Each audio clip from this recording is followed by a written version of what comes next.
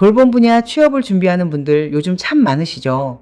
그 중에서도 활동지원사라는 말 한 번쯤 들어보셨을 겁니다. 이름은 익숙한데 정확히 어떤 일을 하는지는 잘 모르는 분도 많으실 텐데요.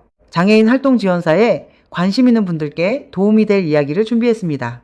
이 채널은 사회복지와 장기 요양, 정부 지원 정보를 전문적으로 다루는 요양 돌봄 연결 플랫폼 엔젤시터에서 간단히 정리해 드릴게요. 장애인 활동 지원사는 혼자 일상생활이 어려운 장애인의 댁을 찾아가 생활과 사회활동을 돕는 국가 돌봄 서비스 인력입니다. 요양보호사가 장기 요양 등급을 받은 어르신을 돌본다면 활동 지원사는 장애인의 자립생활을 돕는 역할을 합니다. 참고로 장기 요양 등급은 어르신의 요양 필요도를 1등급에서 5등급으로 나눈 기준입니다. 두 직종은 비슷해 보이지만 대상자와 제도, 급여 체계가 다릅니다.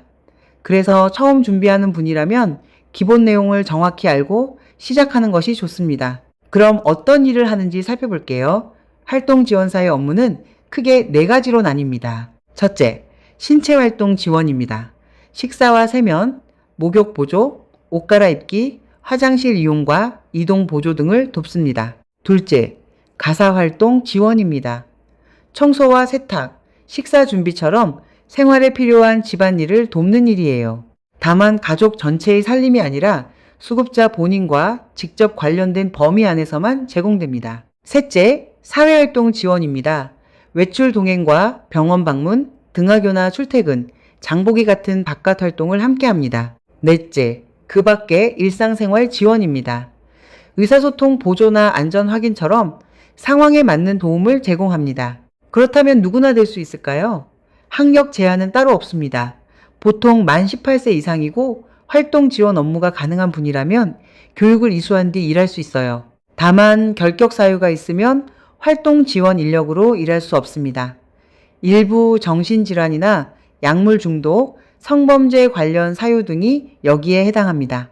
그래서 채용 단계에서 범죄 경력 조회와 건강 상태 등을 확인하게 됩니다. 외국인의 경우 체류 자격에 따라 교육과 취업이 가능할 수 있습니다. 다만 비자 종류에 따라 달라지니 교육을 신청하기 전에 교육기관이나 활동지원기관에 꼭 먼저 확인하셔야 합니다.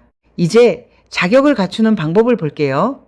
활동지원사가 되려면 보건복지부가 지정한 교육기관에서 정해진 교육과정을 이수해야 합니다. 현재는 별도의 국가시험이 없습니다. 여기서 한 가지 주의하실 점은 온라인 민간 자격증만으로는 활동할 수 없다는 것입니다. 반드시 지정 교육기관의 교육과 현장 실습을 거쳐야 합니다. 교육과정은 표준과정과 전문과정으로 나뉩니다. 표준과정은 돌봄 관련 자격이나 경력이 없는 분이 이수하는 과정입니다. 교육시간은 총 40시간, 보통 5일 동안 진행됩니다. 전문과정은 요양보호사나 사회복지사, 간호사, 간호조무사 등 관련 자격을 가진 분이 듣는 과정이에요. 교육시간은 총 32시간, 보통 4일 동안 진행됩니다. 아이돌봄이나 가사간병 도우미처럼 정부 돌봄 사업에 최근 1년간 일정 시간 이상 참여했다면 전문과정 대상이 될 수 있습니다. 두 과정 모두 교육이 끝난 뒤에는 현장 실습 10시간을 반드시 이수해야 합니다. 이 현장 실습까지 마쳐야 비로소 교육 이수증이 발급됩니다. 교육비도 궁금하실 텐데요. 표준과정은 40시간에 15만 원, 전문과정은 32시간에 12만 원입니다. 과거에는 무료 교육도 있었지만 지금은 대부분 유료로 운영됩니다. 요양보호사 자격이 있는 분은 전문과정 대상이 되어 교육시간이 줄어듭니다. 방문 요양과 활동 지원은 모두 가정방문 돌봄이라 현장 경험을 살리기 좋습니다. 다만 대상자가 다른 만큼 접근 방식도 달라야 합니다. 요양보호사는 주로 어르신을, 활동지원사는 장애인의 자립과 사회 참여를 돕는 데 무게가 있어요. 두 자격을 함께 갖추면 근무 선택지를 넓힐 수 있습니다. 급여는 어느 정도일까요?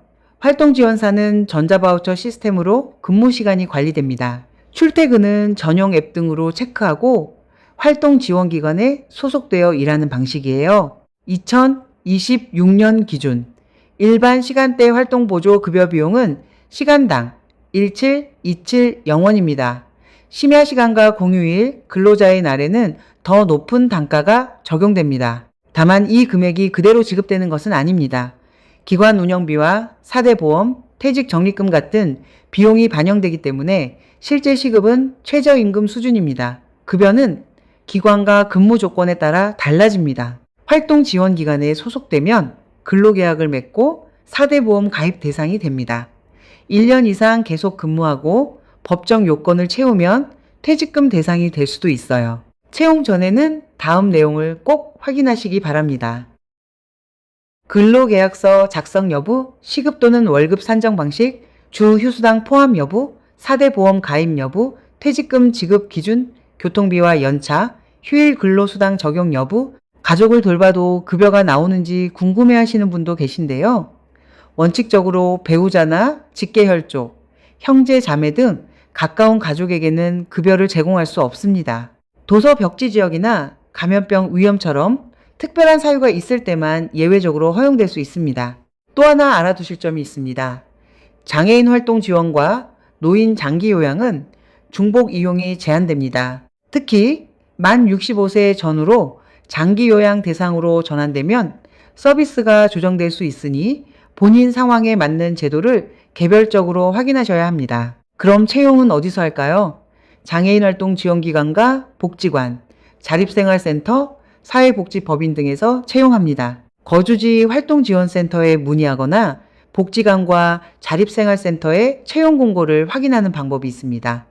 구인정보 사이트나 교육기관 연계도 활용해 볼 수 있어요. 한 가지 기억하실 점은 교육을 마쳤다고 해서 바로 근무가 보장되는 것은 아니라는 것입니다. 그래서 교육을 신청하기 전에 거주지 근처 기관의 채용 상황도 함께 살펴보시는 것이 좋습니다.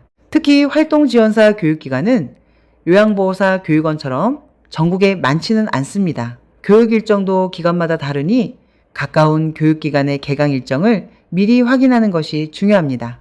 정리해 보겠습니다. 장애인 활동지원사는 장애인의 일상을 돕고 자립과 사회 참여를 지원하는 의미 있는 돌봄 직종입니다. 돌봄 관련 자격이나 경험이 있다면 비교적 짧은 교육으로 자격을 갖출 수 있어 병행 취득도 고려해 볼 만합니다. 다만 교육비와 급여, 채용 기준 등은 기관과 지역, 시기에 따라 얼마든지 달라질 수 있습니다. 가장 정확한 최신 정보는 엔젤시터 홈페이지에서 카테고리별로 확인하실 수 있습니다. 엔젤시터에는 활동지원사의 교육 일정, 실제 시급 수령액 등을 자세히 정리해 두었습니다. 앞서 안내해드린 홈페이지는 아래 고정 댓글에서 확인하실 수 있어요. 활동지원사 취득이나 교육, 급여, 취업이 궁금한 분들은 댓글로 남겨주시면 하나씩 살펴봐 드리겠습니다.